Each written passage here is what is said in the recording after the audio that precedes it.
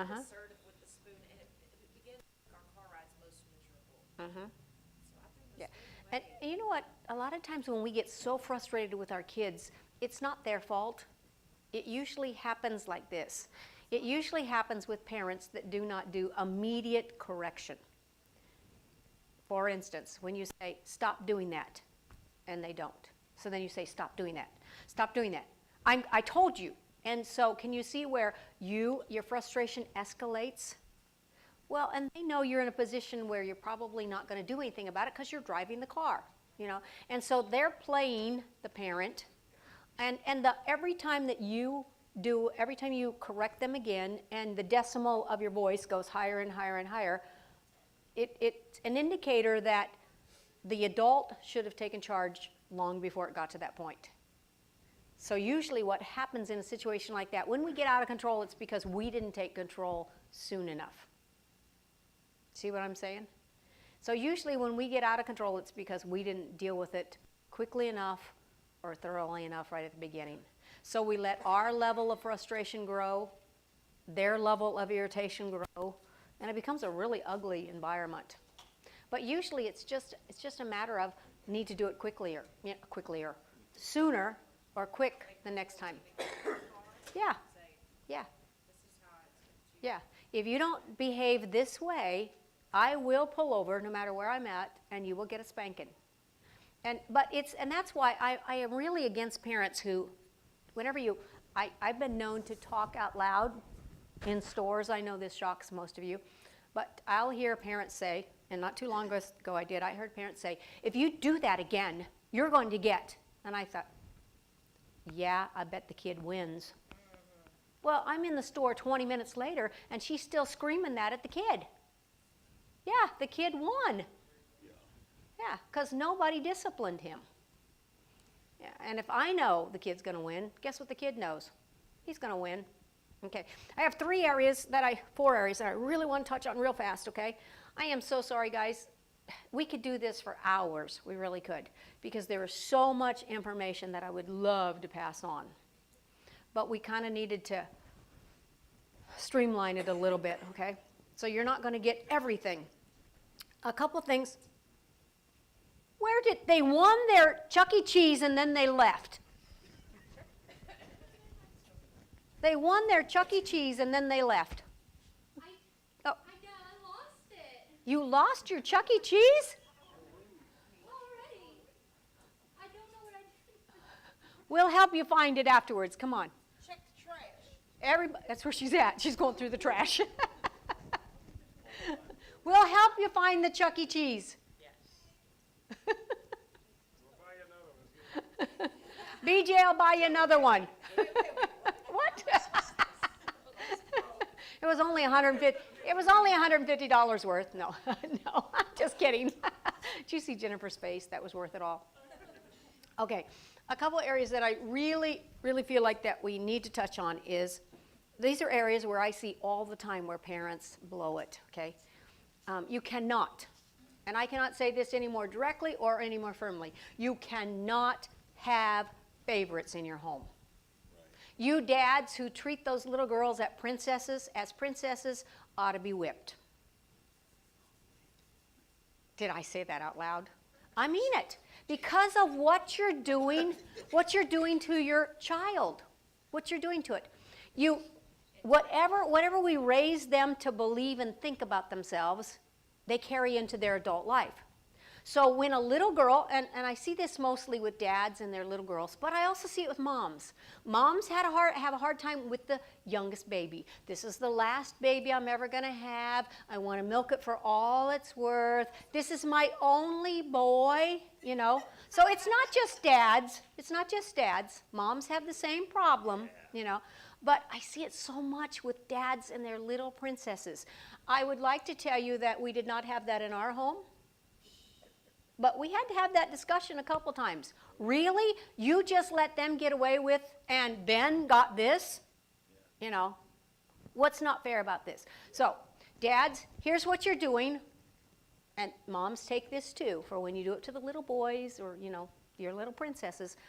When you give little girls that special position of little princess, you are setting her up for failure. You are setting her up for serious, serious insecurities. Couple things. One thing we never, ever do with a child is never, ever, ever, ever compliment them on how pretty they are or how beautiful they look. Never, never. If you do that, you are setting that kid up for some serious adult life. And the world does it. Now, and the world does it all the time. Grandmas are notorious. Oh, but he's my Nate. They can't take Nate out to the store without somebody saying, what a gorgeous little redhead. Go around slapping those people, will you? Yeah, because what you're doing when you tell a child that they're beautiful, you're telling them that they're exceptional, that they're a cut above the rest. No, they aren't. I don't care how great we think our children are. They are nothing special to anybody but us and God. Okay? But when we tell our little girls how beautiful they are, they have no control over that. Beauty is something God did from the very beginning of their conception. So they have no control over that. When you compliment a child on something they have no control over, you set them up for insecurity and a false sense of security. Yep, that's it. So I think my grandbabies are beautiful. So how do I tell Nev, oh, you're the prettiest little girl I've ever seen? I mean, you've seen them. All my grandkids are beautiful, right? Right. But how do you say that to them? You got to find something that conveys that message without giving them credit for something they had nothing to do with. Same way with you. Never, ever, ever compliment a kid for how smart they are. Never. You are going to set them up to be an arrogant little snot. I can tell you every child that has been told how smart they are. They are so arrogant when they walk into a room full of adults, they think they're the smartest person in there, including smarter than the adults. Who sets them up for that? Yeah, parents. We just don't know better. Well, now you do, because I'm telling you. Do they have control over their intelligence? No, but they are smart. You'd have to be dumb not to notice that some kids are definitely more gifted when it comes to academics and when it comes to learning. But did they have control over that? No, that's the way God gifted them. But you can give them a compliment in this way. You can say to your little princess, I love it when you wear that color dress. Or I like it when you let mommy put your hair in ponytails. Or I like it when you let mommy brush your hair. Or I like it when you have your nails done. You can compliment them on things they had control over, things that they had choices in. Okay? Then they know that life is about, they make good choices. They should feel good about themselves because they made a good choice. If a child is exceptionally smart, whatever you do, don't ever tell them that. Unless you want an arrogant little snot who will someday rise up and think he's smarter than you, probably at about 10. And so when a child is exceptionally gifted, or they come home with straight A's, you can say to them, look, you worked really hard for this A. I like it when you study hard. I like it when you concentrate on what the teacher's telling you. I like it when you pay attention in school. Those are all things they have control over. And those are all things that give them a real sense of security, not a false sense of security. The little princess that some of you dads, not you guys, other dads, this is for the recording purposes. Okay. The princesses that we create, those little monsters in tiaras, are going to grow up someday, and some unsuspecting young man is going to fall in love with your little monster and going to be expected to treat her just like you guys have always treated her. And when life doesn't do that, guess what they are? Totally disillusioned, totally bummed out. This is a reality that none of you know about. I'm way ahead of you here, so just take my word for it, okay? Eventually, the body works against us. I don't care how much you exercise. I don't care how many bottles of cream you have on your vanity. I don't care what you try or don't try. At some point, the body just quits cooperating. Really? Yeah. And you know what will happen when a little girl is taught that her special, unique thing in life is her beauty? Yeah. Talk about a secure individual when her body starts not cooperating with her. Yeah. Talk about devastated. Yeah, and what lengths she'll go to keep it. But the same thing with little boys whose vanity or their pride is in the way they're bodybuilding or whatever. I don't care how much you bodybuild. Eventually, guess what? The body stops working with you and it works against you. Okay? Those big, strong arms, yeah, are now down here. You know, and it just happens. Yeah. So what do? Work harder. Doesn't work then. So they work harder. Yeah. And what they are frustrated, irritated individuals. And who taught them was us parents by lying to them. Yeah. Yes, Lisa. Okay. When somebody has a baby, Mhm. seeing that child for the first time, oh, she's so pretty, Mhm. whatever, is that doing something to help the parents then turn around and do that to them? I don't think we need any help to tell our kids how beautiful they are because we automatically believe that. But now let's get real honest in here. How many of you have ever seen a really homely baby? And Chris is going, yeah. And when you see a really homely baby, how many of you would go, oh, what a homely little critter? No, we all lie and say, oh, isn't he precious? Isn't she just so dear? We try anything but to say how pretty she is, or because face it, that mom thinks that's the most beautiful child ever born. And I can guarantee you that grandma knows that's the most beautiful child ever born. But have you ever watched Miss America pageants? No, smart. But if you ever watch Miss America pageants, I don't know how you can have 50 judges and they all be so wrong. Because they don't pick the person I know was the prettiest one in there. There you go. Why? It's because it's subject to my personal likes, my personal whims. Yeah. My personal beliefs about beauty is something totally different than somebody else's. So to tell somebody that they're beautiful is just setting them up for failure. Terrible feather. Huh? Got to be careful how you compliment me because I'm real fragile. Okay? You got to say things like, oh, Miss Rose, I like it when you try so hard. Sounds mean. No. Did Golden use it today? Yeah. That would let me know I need to go back and see Grace. Wait. Oh, you know what? Lisa, you had a second question. When you're at the store Mm-hmm. and somebody, your son is so handsome, or Mhm. he's pointing and he's saying his colors, like he's so smart. Do you just Mhm. say thanks and walk away, and then Yes. Yes. else, or we just leave it alone? You say, oh, thank you. Tell the lady thank you, honey, because she gave you a compliment. And then you walk away and you go, isn't that sweet? Grandmas just love all babies, or something that lets them know that person just would say that to anybody, Let them know that that was not a personal thing for you to take and go, wow, I'm special. Okay? We do have to undo what people say unknowingly. Yeah, the best way is just to, when they're old enough to understand. At your little guy's age, he doesn't have a clue. But it won't be too long till he does. When he gets 30. But until, no.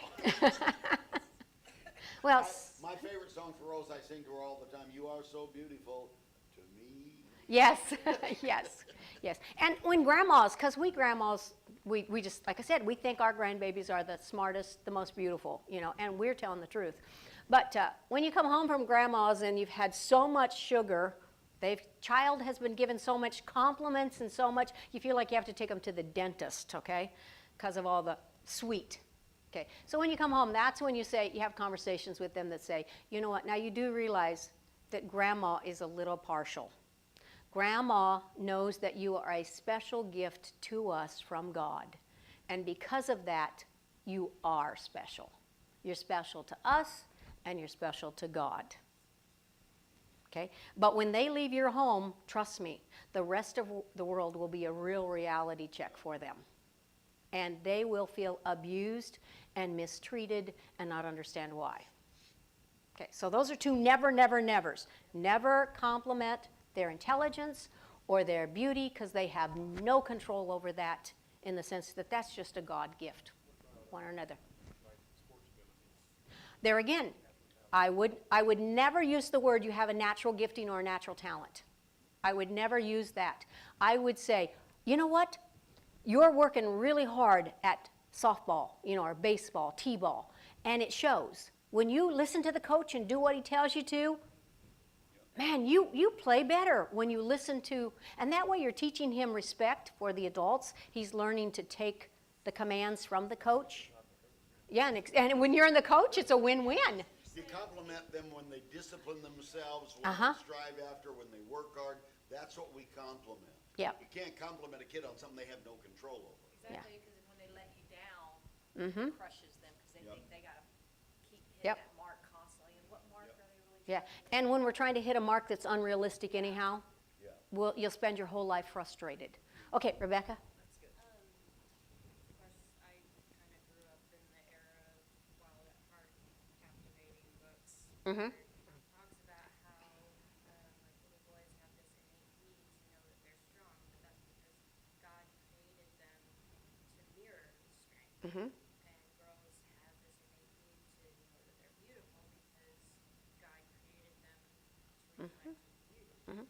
And every person shows, and they're image bearers of God, so Mhm. they do have beauty, Mhm. and they do have strength. It may be, I mean, Mhm. they may be grasping to get there, but that Mhm. takes strength. Yeah, and And so teaching our children,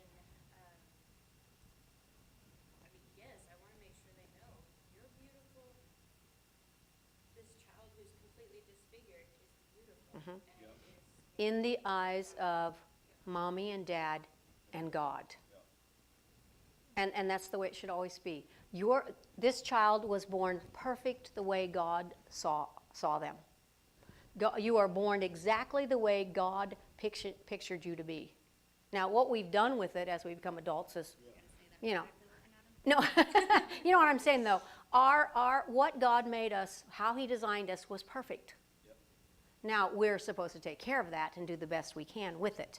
But we're special, not to anybody other than God and the people who love us in our world.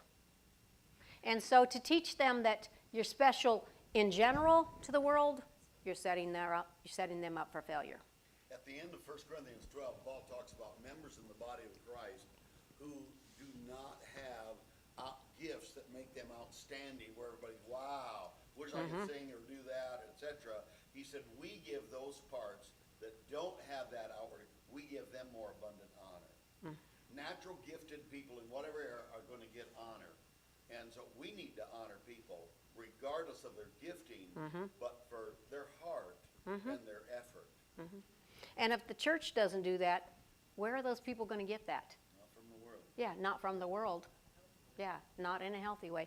A lot of times too, little girls that are treated as princesses, when they get up to that age where they out in the real world and they find out that they're not the most beautiful girl in the world, they're not the most talented, then they're going to try harder. And a lot of times little girls, what are they going to do? Try to look sexy, try to look appealing, because that's what the world tells them is beautiful.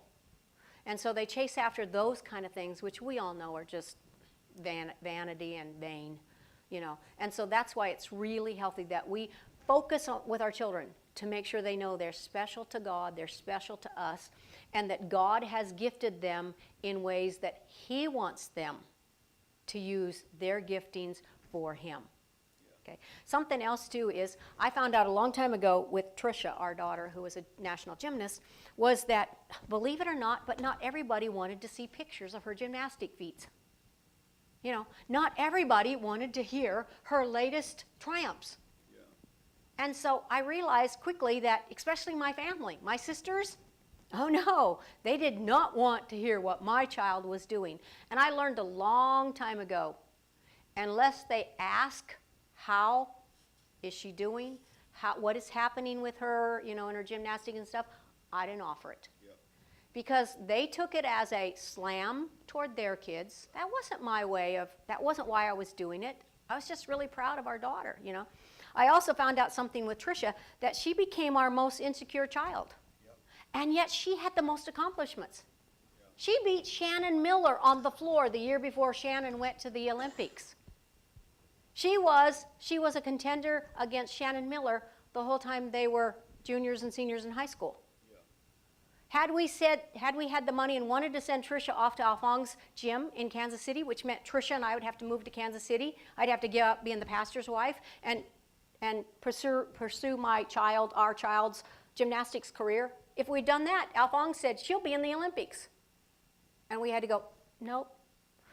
Not going to do that, not to the sacrifice of our whole family. So we said, Trisha, here's the way it is. And she totally understood that, and we were good with that.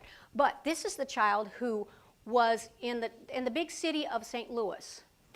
Our child got more recognition on the newspapers. There was, what was that big guy's name? Smith. Big black reporter. Well, Ozzie Smith. No, the black reporter. She did all the cartwheels at St. Louis Yes, Stadium. for the Cardinals halftime, or whatever it was, their beginning show or something. Yeah, she did 37. She set a record of back handsprings. But anyhow, she was forever in the news because this one reporter just loved her. So her picture was, every time she had a meet, her picture was in the news. She was on television multiple times. She was interviewed by she had more awards and more acclimates than any of our other two kids put together. And yet she ended up being our most insecure. Why? Because they were applauding her ability that was a God-given ability. And she knew that eventually that was going to quit. Anybody heard of Shannon Miller? Which you guys may not even know who that is. Anybody heard of Shannon Miller since she went to college? No. And she was our Olympic winner. And yet you never hear of her. Why? Because it's a short-lived little window. And then after that, they don't know who they are. They don't have any sense of identity then, because it all went out when their fame went out. So probably the worst thing that we allowed for our child was to let her become so popular in our little city of St. Louis. The other coaches knew her. We would go to regionals, and all the judges knew her. Judges became best friends with me because they all recognized our child. It was her detriment. It really was. Kids And have because got of to that, she understand- struggled. They've got to understand why they're valuable. It's not their stinking talent and notoriety.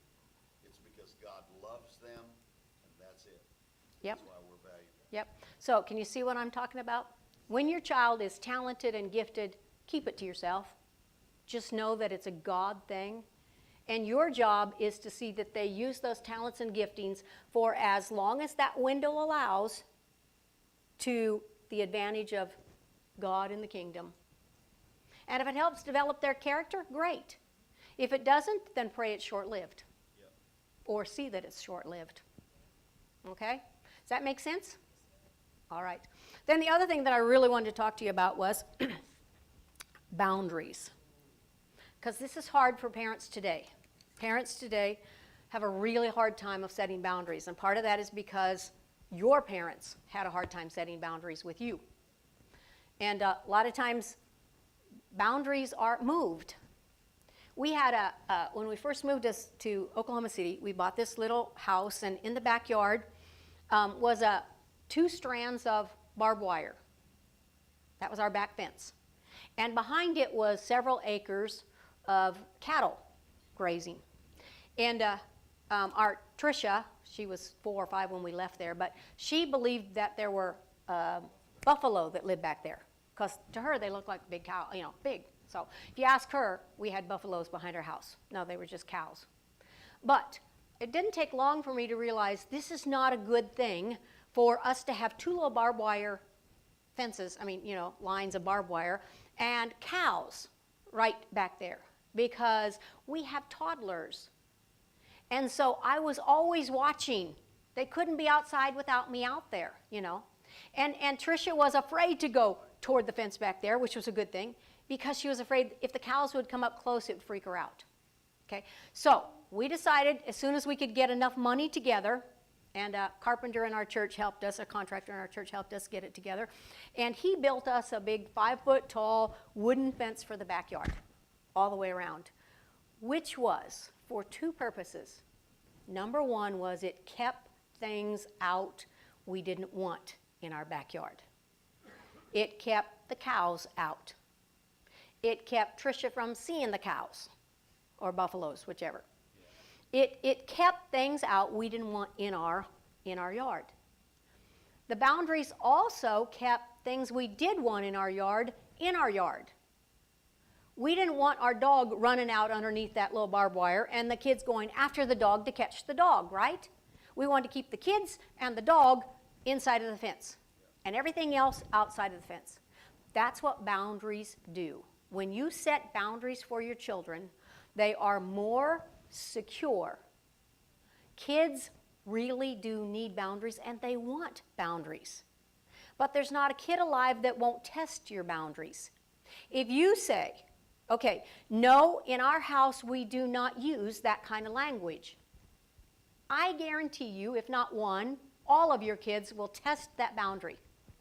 They will say things just to see if it was wrong yesterday, is it going to be wrong today? So kids like to push the boundaries, but once they find that a boundary is secure and won't move, they'll quit pushing at it. And you'll find that they are much more at home, they're much more at peace, they're much more at rest in who they are. When they have boundaries and they know that those boundaries do not move. Too many parents have boundaries that are kind of like the Ark of the Covenant, or like the old tabernacle over the wilderness. It had poles and a fence, but it could be moved. Yeah. And that's what kids, they're looking to find out if those fences will move. If they find out they don't, they'll quit pushing at them eventually, and they'll be much more peaceful kids. It's when we change the rules every day that we have terribly insecure and kids that are not at peace. Any comments there? Clear boundaries make identifications, and that's where you get safety, that's where you have a sense of value. We put boundaries around things that we value. Your whole body is in unbelievable boundaries, every organ is in boundaries, or it does not have identity and it does not have value. And it doesn't function well with the rest of the body. Gotta have boundaries. Yep. And here's something else too. That a boundary has to be the same for everybody in the family. Yep. If you don't allow swearing, it means Dad can't swear when he gets mad. Yep. If you say that we don't use that kind of humor, don't let it come out of your mouth either. Right. Because then that says to the kids, different boundaries for us and them. Or we let the little princess get away with something that the big boys don't get away with. I don't mean that. I don't mean boys and girls necessarily. I didn't mean that. This story has nothing to do with any real people or actual people, okay? It's just a story. Yeah. Yes. On the little princess subject. On the little princess subject, okay, yes. Wrong about all of that first. I am wrong about all that. Okay, I would like to hear this. No, you're not wrong. I'd like you to be wrong. You would like for me to be wrong. I would like to be wrong sometimes too.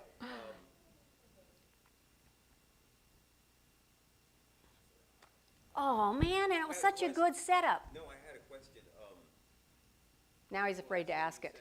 No, I'm not afraid. I forgot it. What was the last thing I said? Is this a test? Boundaries have to be the same for everybody in the family. Okay, so if I punish one way, Uh-huh. do I have to punish the princess the same way? No, you have to punish her harder. No, just kidding, just kidding. No, there are different ways. Now, I say this real gently and carefully, okay? There need to be the same boundaries set for everybody. If it's wrong for him to do it, it's wrong for her to do it. Now, the only time that the discipline would be different is based on age or ability. You're not going to treat a handicapped child the same as you would, somebody else in the family because of their understanding or whatever. They might just be wired differently, whatever. But so you have to keep that in mind. Also, too, if the princess is the youngest one in the family, yeah, she's going to be dealt with a little lesser at the beginning. But everybody in the family needs to know that, yes, she's being dealt with just because it was wrong for us, it's wrong for her. Okay? But yes, should she get lighter punishment? No, never. Oh, now he's going to pack up and go home. Okay, does that make sense? Yeah. And you know what? You will cause children who grow up and hate their siblings when they leave your home. Oh, yeah. If you have favorites. Oh, absolutely. Any of you ever felt this way? I'm the one who always had to work so hard. And this is true. I really did have to work harder than anybody else in my family. That's my opinion. Well, and that's true, and your mom even said that. Now that doesn't play into my story, but I can tell another story. you got another story. But you know what, too? I believed that I was mistreated because I had the stronger personality than the rest of my siblings, and so my mom was always harder on me. Always. Yep. And I felt like it was terribly unfair. And it wasn't until I became an adult and went through courses to become a counselor that I realized, oh, I better change this, because it was my perception. Didn't matter whether it was truth or not. I needed to change the way I read it. Okay? So when we have favorites or when we treat kids differently, we are training them and teaching them to grow up and resent one another. And there's nothing more miserable than to have adult children who will not talk to each other. Now, some of you have adult siblings that don't talk to you. It's painful come holidays. It's painful when mom or dad is dying or in the hospital because the rest of the family won't get together because you're there. Why? Probably my siblings won't get together, a couple of them, won't get together if I'm there, even when it's my other sister's funeral, because of what they believed from when we were children. I had nothing to do with it. I was not the adult that set the rules. Yeah. And yet, I'm the one who's being punished because of what mom and dad did. Joel's parents did the same thing. Yeah. They treated different ones different ways. And when they grew up at their dad's funeral, it was the ugliest scene you can imagine. And it had nothing to do with anything that any of us did as adults. It was all stuff that was done by parents when the kids were growing up. You really want to do that to your kids? When you die, don't you want your kids to rally together, to still have a family, still have a relationship, still have some place to go for Thanksgiving? Don't you want them to still have, a family unit? Then be careful that what we do is not separating them from childhood up. So, what do you do? My parents play favorites. Oh, just kidding. So, Mason's doing his own thing. Mm-hmm. Trying to be famous, Mhm. which is, I feel like my dad put him on such a pedestal. I have no ill will towards my brother. Uh-huh. I hope he does, Uh-huh. succeed. Uh-huh. But I just feel like it makes me hold resentment. It makes my sister hold resentment. My own brother hold resentment towards my parents that they put my little brother on such a pedestal that we can't live up to because they saw all of us as failures. Like, oh, we failed all them as parents, so we're going to try to take Gonna on him. pull it all into him, pour all that. And then we're all failures at life, no matter if we're doing good, we have our own families, our own kids, and we're doing everything we think we're doing right, and it's still. And you know what? I would like to say there's some way of correcting that. And there just isn't. There really isn't. The only thing, yeah, family counseling. I don't think we'll get grandparents to come to family counseling. I've never seen grandparent counseling. It doesn't work. But, go ahead. I think partly, many times what's happening is their parents will mirror attitudes towards their children that they struggle with. And many parents do that because they're, I'm not saying this about your parents, but many parents are struggling with areas of significance, and so they're trying to find significance in something Through their that they kids. put about themselves. Uh-huh. Yeah, So they, rather than be bitter found and angry it. at the parents, we can say, I'm sorry that they're going through this, because they're misunderstanding what's happened. yeah, So it's all internal for them, it's not. yeah. Yep. Yeah, you gotta realize not to take it personally. And tell the other siblings, hey, you know what, this is not us. This is something mom and dad are struggling with, and hopefully they'll get it together without ruining Mason. Because Mason is the one who really stands to get the short end of the stick. Because when he fails them, if he doesn't make it famous, then what happens? They put all their eggs into one basket. Yeah. Yeah, that will mess them up for sure. And him, because he's going to feel like a huge failure. We should never put that kind of expectation on our children. And that's why you cannot think your child is the most special, most gifted person in the planet. I had a parent quit the school because one of our parents came and, or one of our kids came, and she was going to become a big movie star. This was her goal in life. She was 16 at the time. She was going to be a movie star. The girl couldn't answer you or talk to you without looking at her feet, and you could never hear her talk above a whisper. I don't know, looks like maybe movie star material to me, you know. And so one day she comes in early and she's talking about her great career plan. You know, she's going to be a movie star.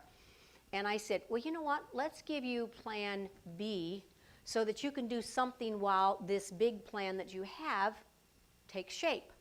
But you have to have something you can fall back on. Because I know people who have made it in Hollywood. I know people who have not made it in Hollywood.